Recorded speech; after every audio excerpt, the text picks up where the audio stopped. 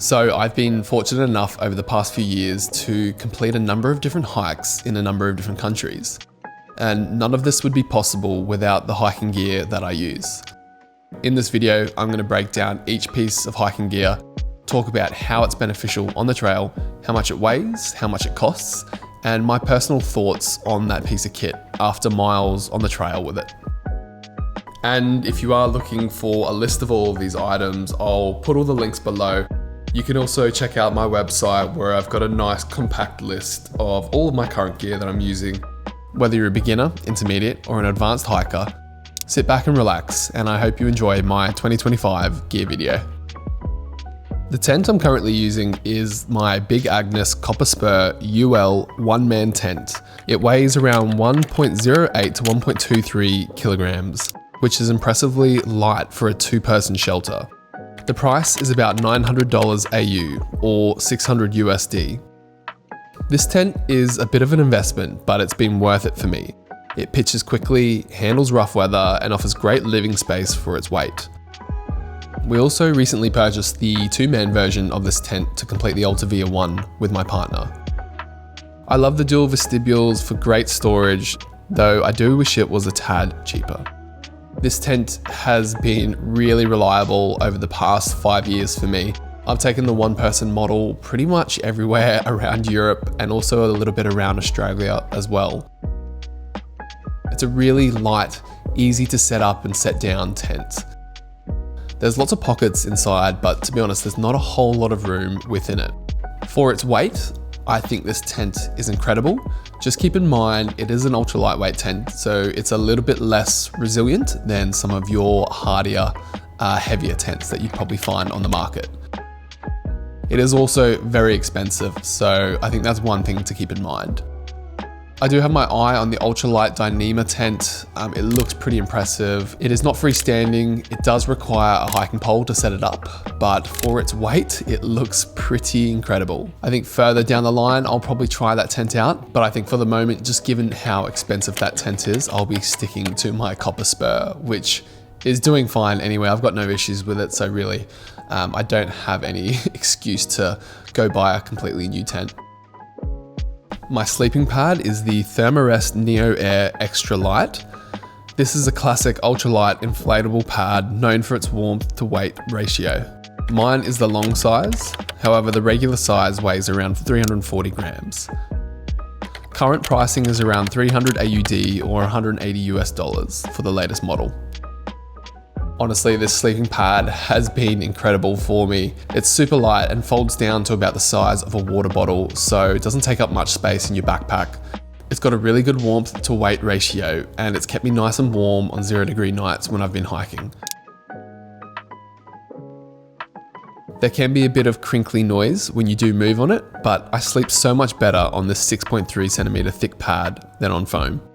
Mine is now just starting to deflate a little bit overnight, so there's probably a hole in there somewhere that I need to find, but it's still working really, really well. When you purchase it, you will get a repair kit as well, so you've got that handy. Honestly, I can't fault it other than the excessive noise that it makes when you're rolling on it, but I do believe there is a new model which has addressed this issue. So I actually have two quilts now. The one that I've been using over the past few years is the Cumulus 250 quilt. This is a nice lightweight quilt that comes in at around 500 grams. It's designed for cooler summer and shoulder season trips. Cost-wise, you're looking at roughly 350 AU dollars or 275 US dollars. I switched from a sleeping bag to a quilt to save weight and space, and the Cumulus 250 has been an impressive quilt so far. It has a comfort rating of around 4 degrees, which has been accurate in my experience. It packs down incredibly small, and I do love the freedom of movement the quilt gives. No zipper to fuss with, and I can stick my feet out if I overheat. Just remember, it doesn't have a hood, so if you're going somewhere cold, make sure you take a hooded jacket, a hat, or a beanie. My Atom Pax Mo 55 litre ultralight rucksack has been my rucksack of choice over the past 4 to 5 years. It's been an incredibly reliable rucksack and it's very resilient. These backpacks are made in the Lake District in the UK and cost roughly 450 AUD or 280 USD for the base model. So this pack is a thru hiker's dream. It's frameless, and I keep my base weight pretty low, generally around 10 kilos, so it carries beautifully. The Mo, which I believe has now been renamed the Prospector, is highly customizable. Mine has extra shoulder pockets and hip belt pockets as well. I love the customizable big mesh front pocket for wet gear and storing food, and an elastic bottom pocket where I normally store my rubbish. It doesn't have the padding or ventilation of heavier packs, but that's the trade-off for cutting weight. Overall, it's one of my favourite packs for most trips where I'm focused on going light and fast. Footwear wise, I'm still using my Brooks Cascadia men's 18 trail running shoes. I've been using these shoes over the past 5 years and I can't rate them enough. Each shoe weighs around 310 grams, so about 620 grams for the pair. Not the lightest shoe out, but very sturdy. They cost roughly 220 AUD or 140 USD for a pair. The Cascadias are a classic trail shoe that have served me well on long distance hikes. I love the traction on rough trails and the fact that they're ready to wear straight out of the box. They are a bit heavier than some ultralight shoes, such as the Hokas or the Ultras, but I really do appreciate the durability. I get around 800 kilometers or a little bit more out of each pair of Cascadias. Paired with good socks, such as the Darn Tough hiking socks, I've never had any issues. Overall, these trail runners hit a sweet spot of comfort, durability, and support for me. I don't mind a few extra grams on my feet if it means I can log big days without foot pain. Hiking boots will obviously last a little bit longer compared to trail runners, but I do think the lack of weight and the speed that you get from trail runners definitely outweighs the benefits of boots. Darn Tough merino wool hiking socks. Arguably the unsung heroes of my kit.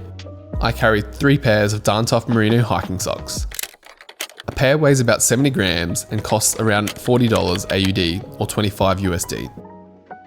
Darn Tough hiking socks have a cult following and I am definitely part of that following. They are a merino wool blend, which means they're soft, manage moisture well, and crucially, they resist odours. For me, these socks strike the perfect balance, thick enough to prevent blisters and cushion my feet, but not thick enough that they overheat. Plus, they dry reasonably fast overnight. My thoughts? Pay a little bit more for quality socks. Your feet will thank you on day 5 of your trek. So I'll admit it, I do use a backpacking pillow for my hikes for a better sleep. The Eros Premium Pillow in size regular weighs only 79 grams and costs around 85 AU dollars or 55 USD. This little pillow has been a game changer for my sleep quality. It's essentially an inflatable pillow with a layer of soft, brushed fabric on the outside. What I really like is how luxurious it feels for such a small weight. It also has a multifunction valve that makes fine-tuning the firmness easy. Some ultralight folks will use a stuffed sack and clothes as a pillow, but I found investing in this was worth it. After long hiking days, having a real pillow improves my rest, and that means more energy and morale the next day. So I have a silk sleeping bag liner that I take on pretty much all of my trips. It adds warmth and keeps my quilts nice and clean. The liner weighs about 130 grams and typically costs around $120 or 70 US dollars. So this Sea to Summit silk liner is super lightweight and is made of silk, so it's nice and comfortable against the skin. The big benefit is that it protects my quilt from sweat and dirt. It's a lot easier to wash the liner than the down quilt itself. The only downsides is that it's just another item to pack, but I do find it worth it. After a week on the trail, the liner catches most of the grime and my quilt stays fresh. Overall, a small luxury I'm willing to carry for better hygiene and versatility. My satellite messenger of choice is a Garmin InReach Mini. For safety and peace of mind, I carry this 2-way SOS Beacon. The InReach Mini weighs around 100 grams and costs around 550 AU dollars or 350 USD. There is also an extra subscription fee. This little gadget is my lifeline when I'm in the backcountry. With the InReach, I can send text messages via satellite and trigger an SOS to search and rescue if I have a serious emergency. Fortunately, I've never had to hit SOS, but I have used it to check in with family and friends from deep in the wilderness. Knowing I can reach help even with no cell signal is a huge confidence boost, especially on solo hikes. The mini version is tiny and tucks into my shoulder strap. I hardly notice the 100 gram weight. And the battery life is actually pretty decent as well. I get about 4 to 5 days on a charge if I send a couple of messages a day and keep it mostly off otherwise. My main tip, pre-type your preset messages to make communication quick and save battery. All in all, the InReach Mini is an essential gear item for me on remote treks. For a headlamp, I use a black Diamond Sprint 225 Headtorch, which is a minimalist rechargeable headlamp and weighs only 50 grams. It comes in at around 100 AUD or 65 USD. This little headlamp punches above its weight. At 225 lumens on max, it's bright enough for night hiking on easy trails and certainly for around camp. I also like that it's USB rechargeable, meaning I can recharge it with my Powerbank during the day. The Sprint is super compact and ultralight, which is exactly what I want. On low mode, which is around 50 lumens, it'll run for 4 hours, which covers my typical camp chores and reading time. I will say the battery life on high, which is 225 lumens, is only about 1.5 hours. So not meant for all-night adventures or massive ultra marathons that are going to go overnight. It's a really good head torch, and I can't recommend it enough if you're looking for something nice and light and that's reliable. For a power bank, I use the Anker PowerCore 10,000 milliamps. To keep my electronics charged, I bring this really reliable, awesome little power bank with me. My Anker PowerCore weighs about 190 grams and costs roughly 65 AUD or 35 USD. This power bank is literally my powerhouse on the trail. 10,000 milliamps is enough to charge my phone around 3 times all my camera batteries and headlamp as needed over the week. It's a good balance between capacity and weight. I opted for Anker because of its reliability. It's been through heat, cold, and bumps in my backpack without issues. It's not the lightest on the market, but it's fairly slim and compact. It has both USB-A and USB-C ports, so it can charge 2 devices. Hot tip, keep it in a warm pocket on cold nights. Lithium batteries perform better when not freezing. Overall, having this battery means I can use my phone for navigation, capture drone footage, and have light at night without worrying about running out of juice. For cooking, I use the Jetboil Micromo stove system. It weighs around 340 grams for the pot plus burner and typically retails around 230 AUD or 130 USD. The Micromo is my little trail kitchen superstar. It boils water insanely fast, about 2 minutes for 500 ml. At camp, that means hot coffee or a meal in no time. I appreciate that it has a simmer control, unlike some canister stoves that are full blast only. Everything nests together. Burner, fuel canister, tripod stand all fit in the pot, which is super convenient. Yes, it's a bit heavier than a bare bones titanium stove, but for me, the ease and fuel efficiency of the Micromo definitely make up for it. Also, having the built-in igniter is nice, though I do carry a little mini lighter as backup. My only con is that the price is on the higher side, but the durability and performance has been excellent. After many trips, my Jetboil is still going strong, and it's a luxury I'm willing to carry for hot meals and coffee in the wilderness. So I do sometimes wear a lightweight sun hoodie during the day for sun protection. Mine is a polyester, similar to the OR Echo or Patagonia sunshade, that weighs around 150 grams and costs roughly 90 AU dollars or 60 USD. A good sun hoodie for me is definitely a must-have on exposed trails. Instead of slathering sunscreen constantly, I rely on the fabric's UPF 50+ to protect my arms, neck, and torso from UV rays. It is a really comfortable piece of kit, and I've avoided many sunburns because of it. So I have the Merino Wool Icebreaker 150 shirt. This shirt is super handy for wearing when trails are a little bit more shaded and I want to wear something a little bit cooler than the sun hoodie. It's nice and light, weighing around 150 grams, it's soft, breathable, and most importantly, it's odor resistant, so I can wear it days on end without smelling. I can sweat in it all day and it won't stink, a huge plus on multi-day hikes. It also regulates temperature well. It keeps me warm when it's a bit chilly in the morning, yet doesn't overheat as the day warms up. I usually carry one Merino Tee as my hiking shirt and maybe a spare for town or sleeping. They do take a bit longer to dry than a synthetic shirt if they get soaked, but I find the comfort and lack of odour worth it. I've worn mine for a week in a row and honestly it's been fine, whereas a poly shirt would be rancid by that time. Durability is decent, you have to be a bit careful with snags, but with reasonable care, a good Merino Tee lasts. For a rain jacket, I use my Kathmandu rain shell. It weighs around 300 grams and goes for around 250 AUD or 180 US dollars. Staying dry on the trail is obviously crucial and my Kathmandu jacket gets the job done. I've worn it in some nasty downpours and stayed reliably dry on the inside. The jacket also doubles as a windbreaker in cold, blustery conditions. I'll often throw it on at exposed rest stops to cut the wind. I will say it's not the absolute lightest rain jacket out there. You can definitely find sub 200 gram jackets at higher price points. For the price I paid, it's been a solid piece of kit. For cold nights and layering, I pack merino long johns and a 200 weight long sleeve crew. Each piece is around 200 grams and they run at about 150 AUD or 105 USD per piece. My thoughts?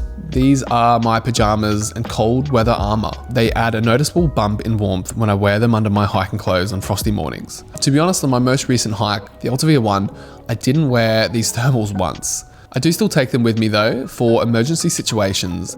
Odour resistance is superb here as well. They are not as durable as, say, synthetic long johns. Merino can get thin after a couple of through hikes worth of use, but mine are still in good shape, probably because I haven't really used them a whole lot. I consider these a safety item too. If weather turns, I can layer up with these under my pants and jackets and be prepared for near freezing temps. So my puffer is a Patagonia down jacket, which I've had for a good 4 to 5 years now. It's the down sweater model, which weighs around 370 grams, and the current price is roughly 500 AUD or 279 USD. Hot take, Patagonia gear is not cheap. This is my main warmth layer. The down sweater uses 800 fill power down, and it's amazingly warm for the weight. It packs into its own pocket, compressing down to the size of a large burrito. On cold nights, down to 0 degrees Celsius, I wear this inside my quilt and stay toasty. Around camp in the evening or early morning, it's my cozy cocoon. One thing I love about the sweater is just how instantly warm it makes me when I put it on. Obviously, I have to mention the price. It's pretty expensive. But in my opinion, a good down jacket is worth it for reliable performance. There are synthetic puffers which cost a bit less, but I find down has a much better warmth to weight ratio, as long as you keep it dry. This puffer is probably one of my favourite pieces of clothing in my pack. There's nothing quite like being warm and comfortable at the end of a long hiking day around camp. My fleece jacket is used for layering in cold conditions. This one weighs around 500 grams and costs around 220 AU dollars or 139 USD. I'll be honest, this fleece is on the heavier side and I don't always bring it on every trip. But for chillier shoulder season hikes, such as my most recent Altavia 1 and 2, the fleece is something that I will bring. One thing I like about it, unlike the down jacket, is that the fleece insulates decently even if it gets a bit wet. On a typical through hike, I might choose either the fleece or the puffer, not both, to save weight. Usually the puffer wins for weight purposes. If it's not needed, I'll leave it at home, but when I do bring it, I am glad I have it. So the hat I'm using at the moment is a lightweight Legionnaire cap made by Fractal. It weighs around 90 grams and folds up really easy to pack away.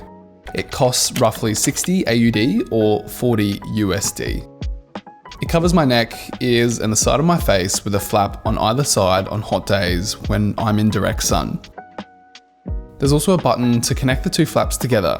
I'll normally use this to give my ears and face a bit more warmth if the weather turns chilly. Alternatively, if I want to cool off and get some wind on my face, I can connect the button on the top part of the hat to keep the flaps out of my face. It's a great lightweight hat that keeps me free from sunburn when I'm spending extended days on the trail. Because I document my hikes, I carry a fully dedicated camera kit, which adds quite a bit of weight, but it allows me to get high quality footage and photos for the documentaries and videos I make.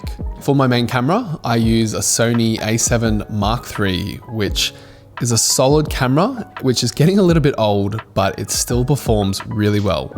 It's a full frame mirrorless camera. The body weighs around 650 grams with a battery. In today's market, it sells for around 2,300 AU or 1,500 USD. The A7 III has been a trusty workhorse. It's known for its excellent low light performance and great battery life. I can shoot beautiful 4K video and sharp 24 megapixel stills of those mountains and vistas and starry skies.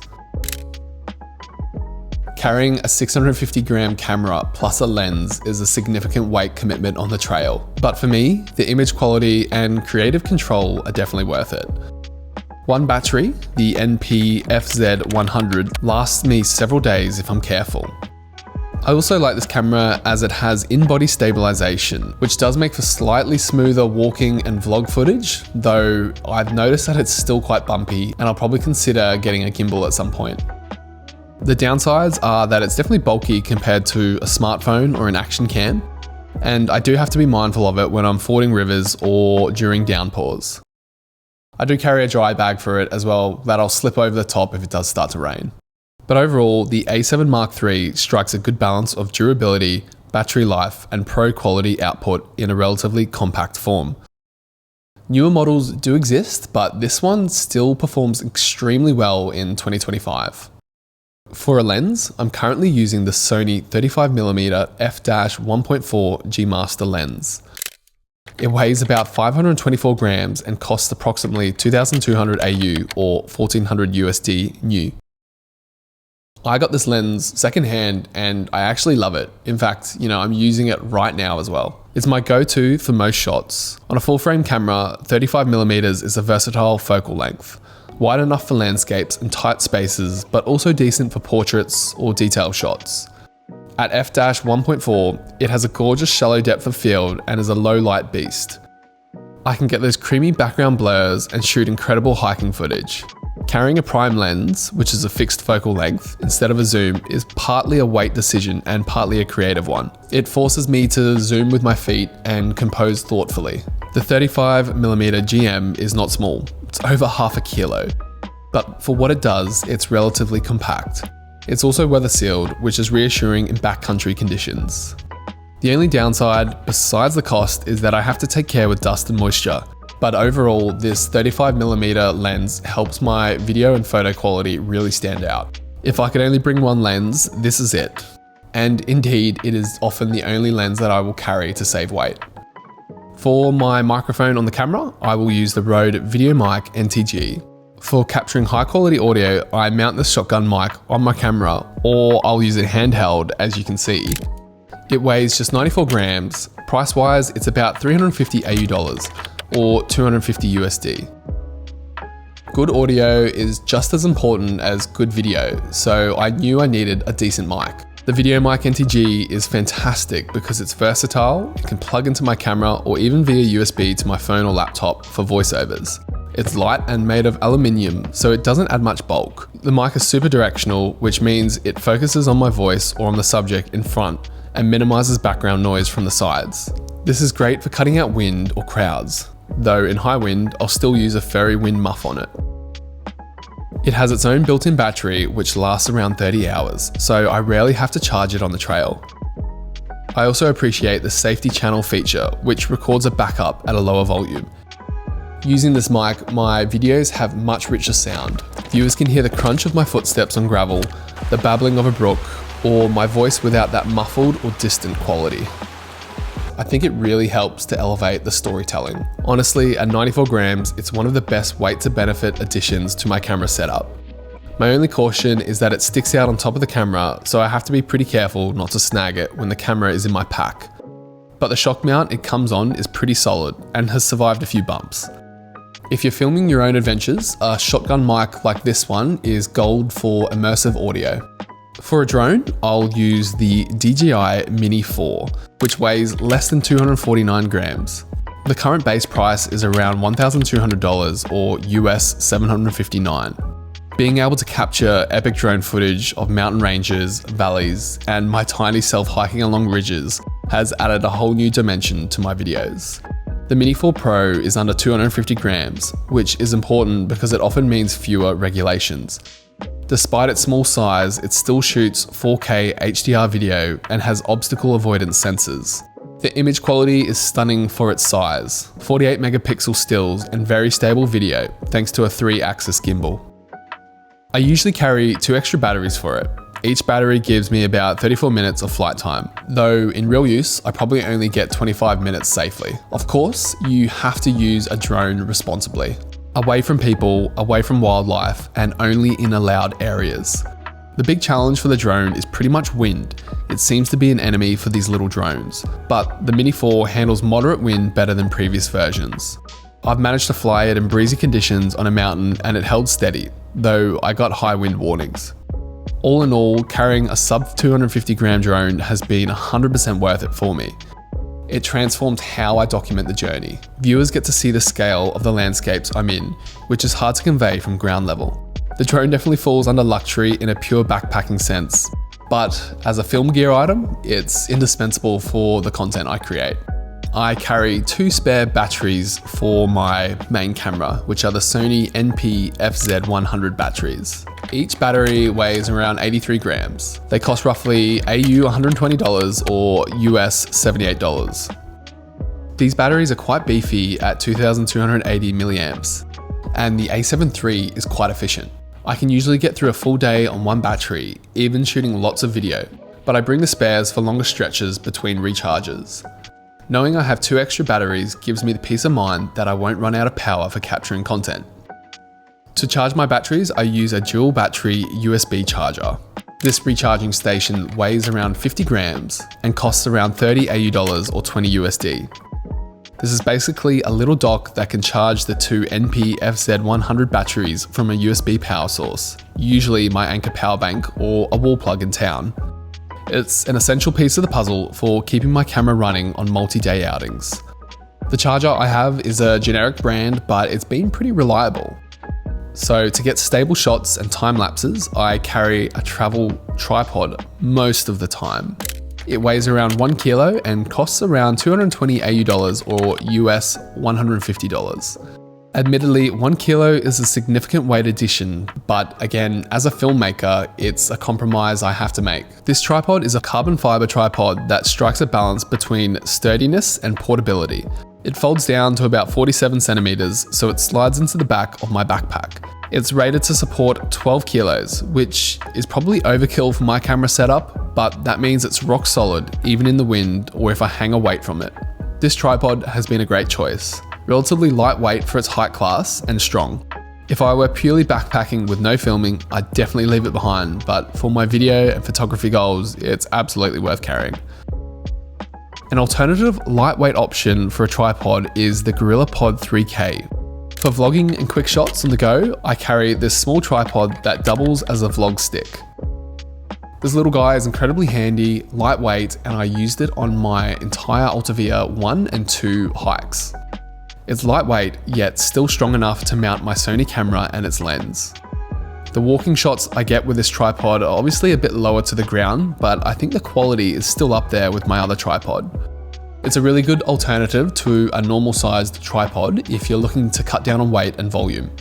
For a tripod head, I use the Joby Bullhead 3K. It weighs around 144 grams and it costs around 70 AUD or 40 USD on its own. It's a good bull head that makes adjusting the camera angle quick and smooth. It's strong enough to support my Sony A7 Mark III with a big lens. So that's a full rundown of my ultralight hiking gear and film equipment. As you can see, I make some trade-offs, carrying extra weight in camera gear, but I trim weight in other areas to keep my big four light and efficient. The result is a kit that lets me comfortably hike big miles and still capture high quality photos and videos for the journey. My pack-based weight, not counting food, water, and fuel, generally comes in at around 9 kilos with the camera gear, which is manageable for me. All this gear has been tested on the trail and I fine-tuned it to what works best for my style of through hiking and filmmaking. For beginners, you absolutely don't need all of the fanciest items, but hopefully hearing my thoughts on each piece gives you some insight into what to prioritize. The key is finding gear that works for you, is durable enough, and fits your budget. And remember, what's essential can vary person to person. For some, it might be a camp chair or a book. For me, it's a drone and a good camera. In the end, it's about enjoying the experience. This setup allows me to hike far, sleep well, stay safe, and bring back stories to share. If you have any questions about these items or you want to know more details, drop them in the comments. Thanks for watching, and I'll see you out on the trail.